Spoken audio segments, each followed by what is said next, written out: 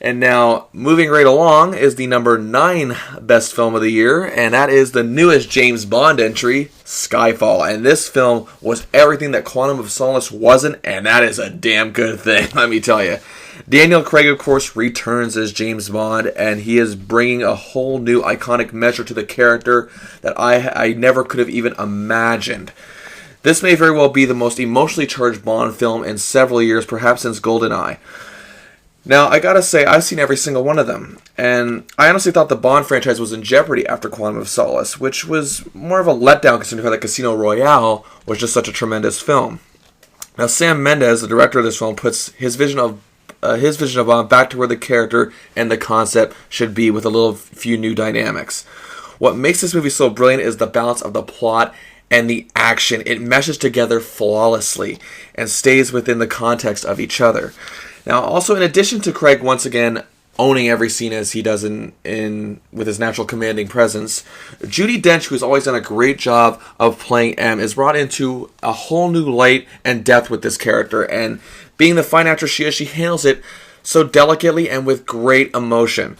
Now, the addition of Javier Bardem as a Bond villain, I'm telling you, I love Javier Bardem in almost anything he does, whether he's playing a villain or just anyone else, or just a savvy, good-looking Spanish man.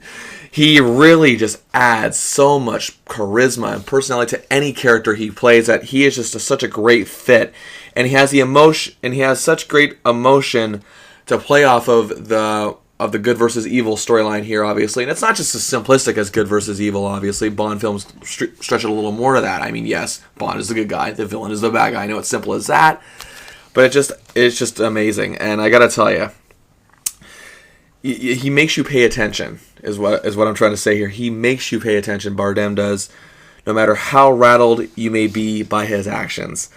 Bottom line, Skyfall was make or break for the Bond franchise, in the sense that as bad as Quantum of Solace was, it wasn't awful. It wouldn't have ended up on my worst of the year list, and it didn't that year.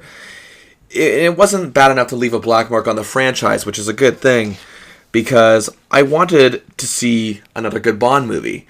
I just wasn't sure if that was going to happen, which is why I'm glad they took a few years to make this movie.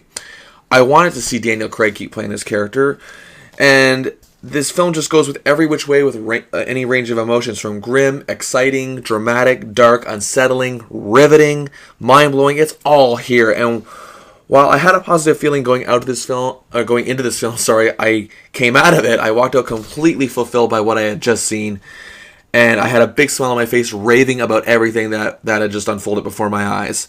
And also, there's some great subtle nods here to other great Bond films. And it's good that the Bond franchise survived its previous film, Quantum of Solace. I mean, if it can survive Moonraker, it can survive anything. So that's why Skyfall is my pick for the number 9 best film of 2012.